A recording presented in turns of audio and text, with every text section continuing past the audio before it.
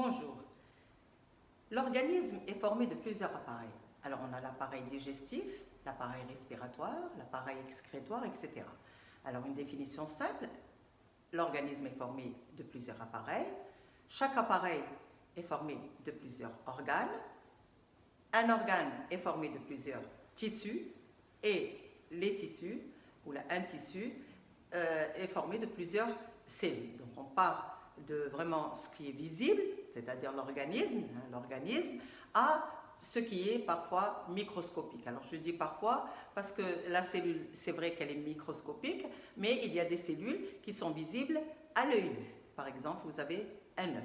Et oui, un œuf est une cellule et on peut la voir.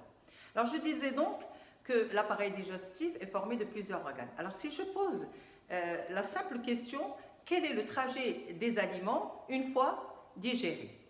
Eh bien, je la pose à des étudiants qui ont pourtant suivi le cursus scientifique, à des personnes, différentes personnes, et voilà la réponse que j'ai reçue. Regardez bien ces images. Le trajet est représenté par une flèche rouge.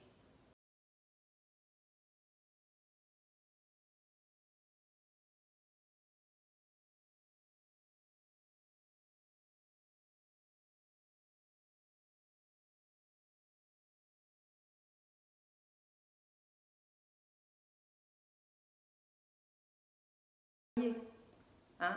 L'aliment qui va être digéré va passer par la bouche, l'ésophage, l'estomac, l'intestin, le gros intestin, et il va aller à l'extérieur, c'est-à-dire, excusez-moi de vous le dire, mais dans les toilettes.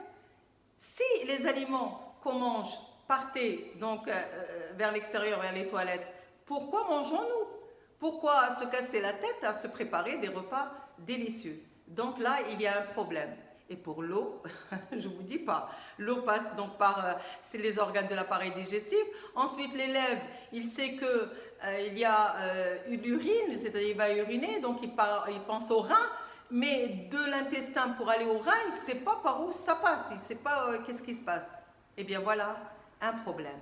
Eh bien ce problème est dû à quoi? Ce problème est dû à une représentation de ce que tout le monde a de l'intestin. L'intestin, presque beaucoup de personnes croient que c'est un tube.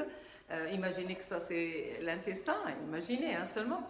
Et donc l'intestin est un tube qui va faire passer les aliments d'un côté et les aliments digérés et ressortir de l'autre. C'est une erreur parce que le tube digestif, il a une fonction, celle de l'absorption intestinale. Alors je vous l'explique. Voilà, les aliments, une fois digérés, ils deviennent de petits, ils sont dégradés mécaniquement et chimiquement. Ils sont devenus de petites molécules très petites. Et ces molécules qui sont très petites, eh bien, elles vont passer de l'intérieur de l'intestin vers le sang, vers les vaisseaux sanguins. Alors, j'ai pas mis les vaisseaux, il y a aussi des vaisseaux lymphatiques pour les lipides, mais ils vont passer ici de l'intérieur de l'intestin à travers